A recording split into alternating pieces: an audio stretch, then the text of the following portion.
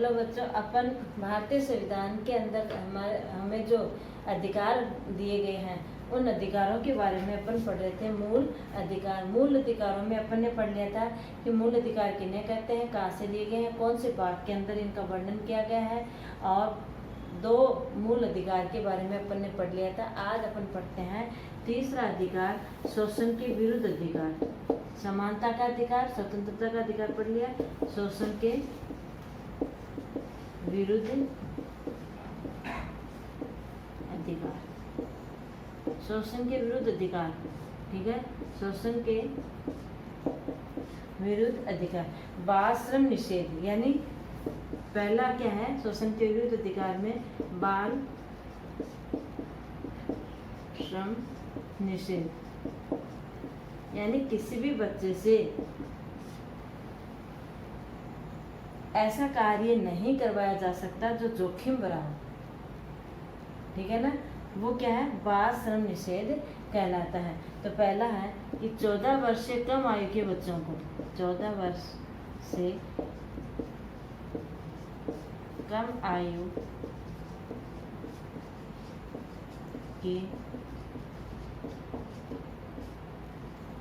बच्चों से क्या नहीं करवाया जा सकता, कम उम्र के बच्चों को, 14 वर्ष से कम आयु के बच्चों को कारखानों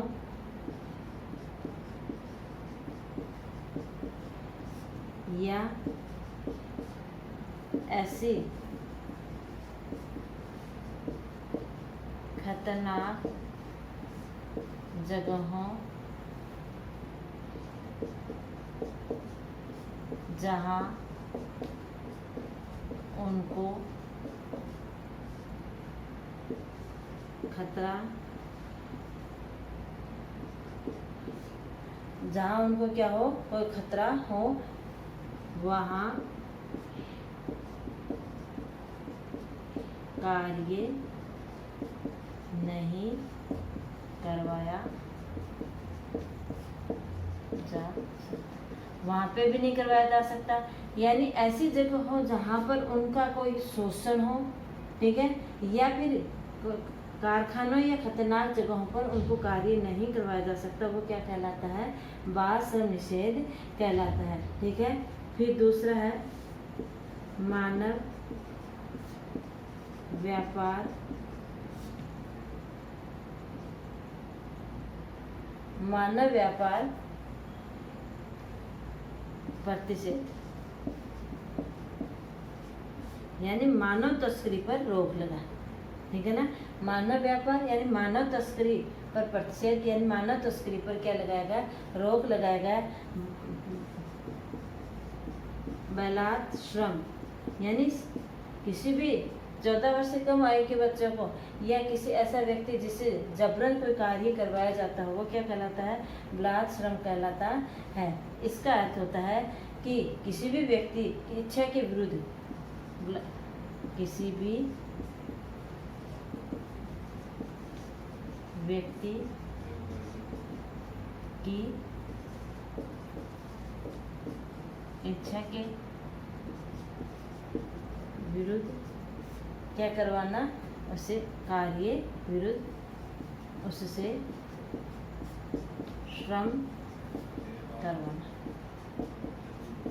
ठीक है। इन आदि चीज़ों पे क्या लगा दी गई, रोक लगा दी गई कि किसी भी बच्चे से 14 वर्ष से कम आयु के बच्चों को इसी प्रकार का उनका शोषण या ऐसी खतरनाक जगहों से कार्य नहीं करवाया जा सकता जिससे उनके जीवन को क्या हो, खतरा हो। मानव व्यापार पे रोक लगाई गई, मानव तस्करी पे रोक लगाई गई, बलात् श्रम पे रोक लगाई गई, यानी किसी व्यक्ति को उसकी इच्छा के विरुद्ध किसी प्रकार का उसे कार्य नहीं करवाया जा सकता। ये आपका शोषण के विरुद्ध अधिकार था। अब आगे आता है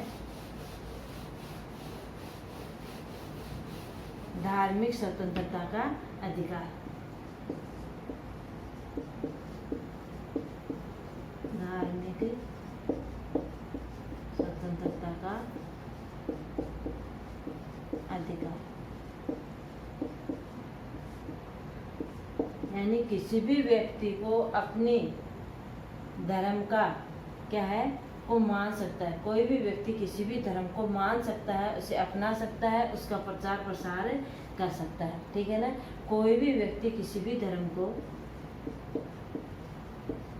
कोई भी व्यक्ति किसी भी धर्म को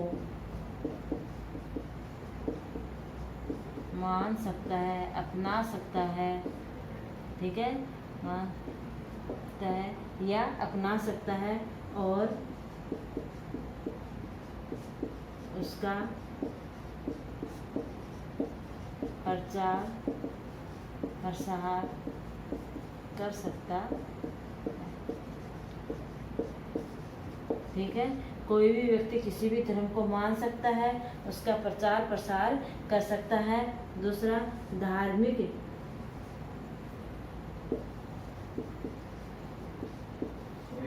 क्या कर सकता है? धार्मिक मामलों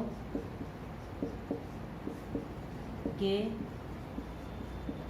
आयोजन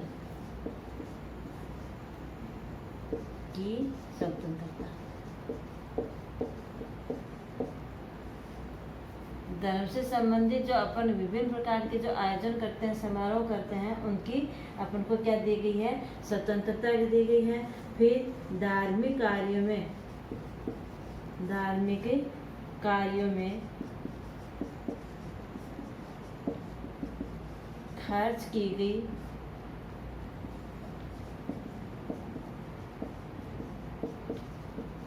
राशि पर क्या होगा? कर की छूट होगी, उस पर टैक्स नहीं लगेगा। तो धार्मिक कार्यों में खर्च की गई राशि पर कर में छूट। ठीक है, ये सरकार के द्वारा क्या दी जाती है? छूट दी जाती है। चौथा है कि धार्मिक शिक्षण संस्थाओं में धार्मिक शिक्षा के लिए बाध्य नहीं किया जा सकता। तो क्या है कि धार्मिक शिक्षण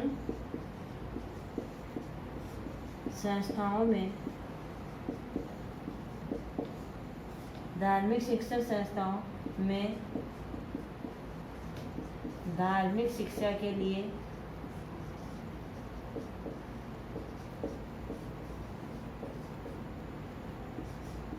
लिए बाध्य नहीं किया जा सकता। ठीक है, धार्मिक शिक्षण संस्था में धार्मिक कार्यों के लिए बाध्य नहीं किया जा सकता। ये अपनी धार्मिक स्वतंत्रता के अधिकार में आता है कि कोई भी व्यक्ति किसी भी धर्म को मान सकता है, उसका प्रचार प्रसार कर सकता है। ये उसकी क्या है? वो स्वतंत्र है, उस पर किसी प्रकार का कोई दबाव नहीं है। धार्मिक मामलों के आयोजन की उसको स्वतंत्रता दी गई है। ठीक है, धार्मिक कार्यों के अंदर जो अपन राशि खर्च करते हैं उसके अंदर कर में छूट मिलेगी। धार्मिक शिक्षण संस्थाओं में धार्मिक शिक्षा के प्रति किसी को बाध्य नहीं किया जा सकता कि आपको इस्लाम धर्म में पढ़ना है या आपको हिंदू में ही पढ़ना है। इसके लिए किसी को आपको कोई बाध्य नहीं कर सकता। पांचवा है आपका शिक्षा एवं संस्कृति का अधिकार। शिक्षा एवं संस्कृति का अधिकार। शिक्षा एवं संस्कृति के अधिकार में क्या है कि नागरिकों को अपनी भाषा, लिपि एवं संस्कृति बनाए रखने का क्या है? अधिकार है। नागरिकों को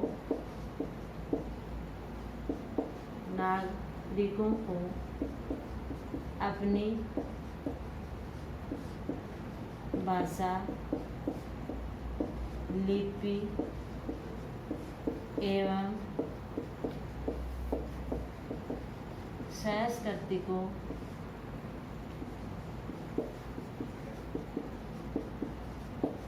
बनाए रखने का अधिकार। ठीक है, यानी प्रत्येक व्यक्ति को, प्रत्येक समुदाय को, प्रत्येक धर्म को अपनी भाषा, लिपि और संस्कृति को बनाए रखने का क्या है? अधिकार है। नंबर 2, अल्पसंख्यक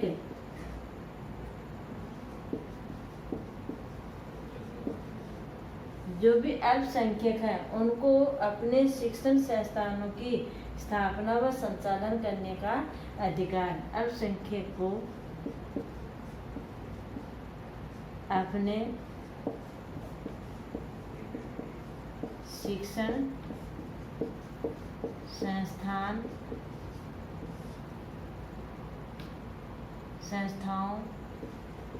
संस्थाओं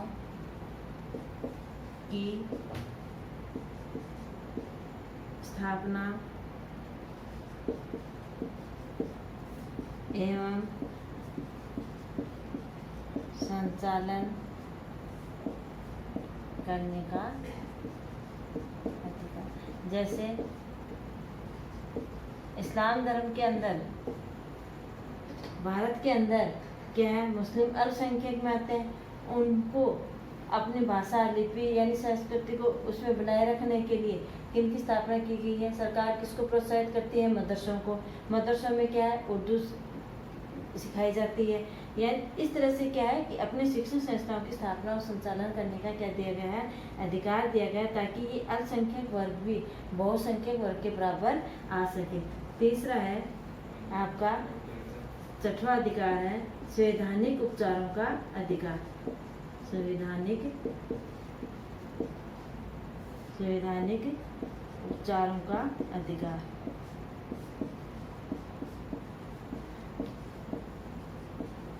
ये अधिकार अपने शुरू में अधिकार की परिभाषा पढ़ी थी कि संविधान हमें क्या देता है, अधिकार प्रदान करता है, और संविधान द्वारा अधिकारों की सुरक्षा की गारंटी भी दी जाती है। तो वो सुरक्षा की गारंटी हम किस अधिकार के तहत लेते हैं? इस संवैधानिक उपचारों के अधिकार के तहत लेते हैं। यानी ये 5 जो अधिकार हैं, उन अधिकारों की सुरक्षा हमें संवैधानिक उपचारों के अधिकार के तहत देते हैं। जब आप बड़ी क्लासों में जाओगे तब उसमें कि किस तरह से ये अधिकार हमें इन 5 अधिकारों की सुरक्षा के लिए क्या प्रदान करता है, 5 तरह की क्या है सुरक्षाएं वो हमें देता है, और उसके तहत अपन क्या ले सकते हैं, इन अधिकारों को प्राप्त कर सकते हैं। इस अधिकार को हमारे संविधान का निर्माता इसे कहा जाता है डॉक्टर भीमराव अंबेडकर को। इस अधिकार को डॉक्टर भीमराव अंबेडकर ने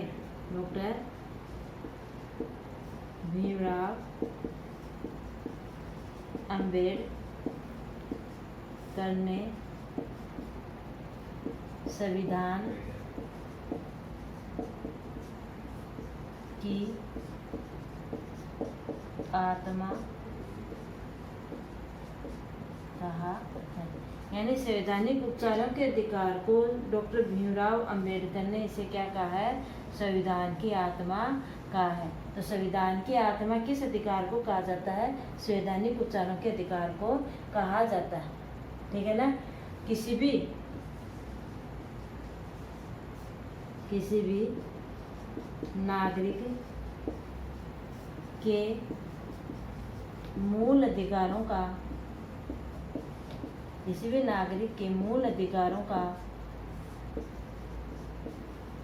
हनन या उल्लंघन होने पर इस अधिकार के तहत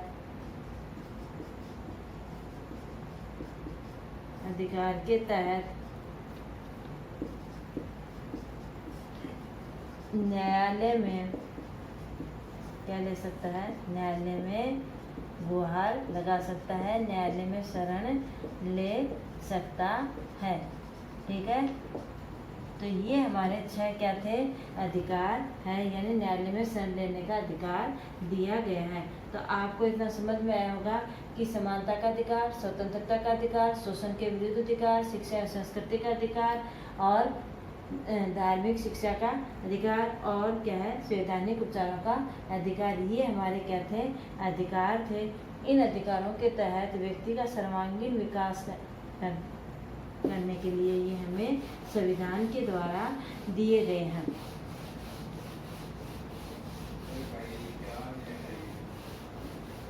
अब देखो, अधिकारों के बिना हमारे क्या है, कर्तव्य भी क्या है, खोखले हैं। ठीक है। तो इस प्रकार से हमारा ये जो चैप्टर है वो एक पूरा होता है। अगर आपको कहीं समझ में नहीं आया तो आप कमेंट बॉक्स में लिख करके पूछ सकते हैं। धन्यवाद।